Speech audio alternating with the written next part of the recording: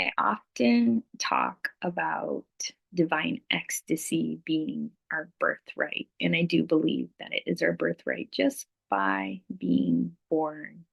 Um, and in 2009, I had this wave of ecstasy, of cosmic bliss, whatever you want to call it, but it was this wave of unconditional love and knowing that we are all connected and feeling that too.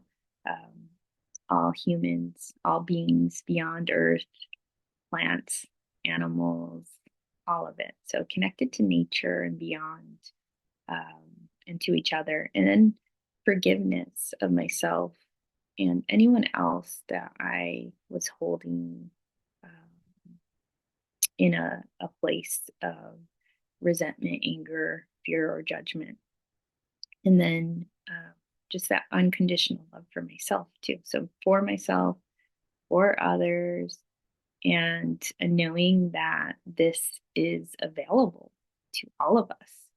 But that feeling didn't stay very long, and it wasn't there 100% of the time, 24 hours a day. And that's part of, the evolution. But after that, cosmic bliss, divine ecstasy, wave of light, awakening experience, then there was this knowing, oh, now it's time to take a good hard look in the mirror and explore your own darkness and get to know yourself really, really intimately. And so that was tough, and challenging, and and I'm still moving through the experience just like everybody else. But back then, that there was definitely a dark night of the soul and a learning that past pain and trauma that I had swept under the rug until then did impact my life, and not only my reality, but also my relationships in ways that I did not see clearly or really understand until that point. And so for me, I did explore plant medicine to reach some of those states of consciousness and levels of awareness. Um, I think that it's definitely a positive thing for many, but it's also not necessary, for everybody's pathway. So there are other ways to receive that information for yourselves. But just definitely, it had helped me um, understand that, and that I was creating my reality from a place of pain and fear and not love, compassion, and acceptance. And when that shifts, there can be so many miracles that unfold. And so that was the journey I was on, uh, darkness to light, so to speak, and to shed layers and layers, death upon death, rebirth upon rebirth of judgments. And of course, I still have them. I'm not perfect, but I aspire and strive to approach things from a state of neutrality, because I feel that when we have judgments, it interferes with our authentic expression of love. And so, if we want to shift the world, we have to shift our perception of the world. And that starts in here.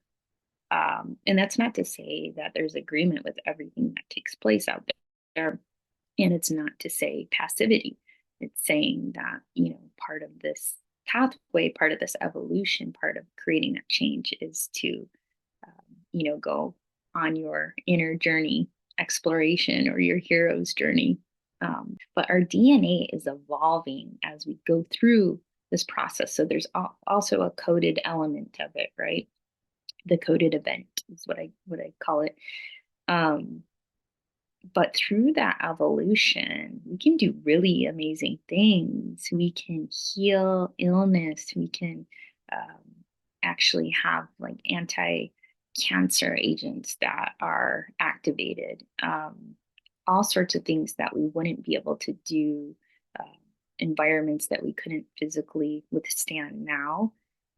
will change and evolve as our DNA does. And so even potentially slowing down age or reversing it altogether. These are all amazing things that we can access. So recently, I was reminded of this experience I had facilitating an activation, a group activation. And when I was in this altered state of consciousness, just immersed in the energetic portal that we all co-created with our frequencies. The Arcturians came in when I had this thought that came through my field of I am feeling really cosmically blissful. I'm feeling this energy of divine ecstasy that I had felt initially in 2009 and then has kind of come and go over the course of the evolution. And I'm still trying to, get to a point as many of us are to hold that in, right? The body. And so, but in that moment, in that feeling, I was like, wow, I wish everyone could experience that. How amazing would that be, for the whole world if everyone can feel this feeling right now? And the Arcturians said, no, you wouldn't. Uh, you wouldn't give that to humanity as a gift. And I said, no, I wouldn't. And they said, no, you would gift them the choice.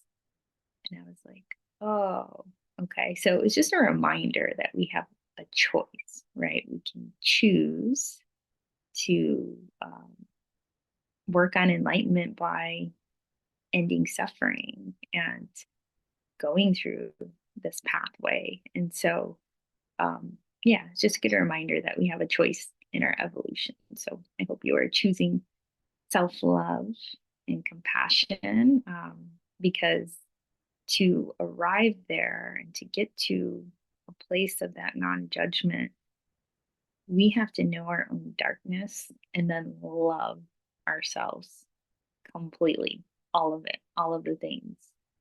And then when we do, we can make room to love others in the same way. Much love.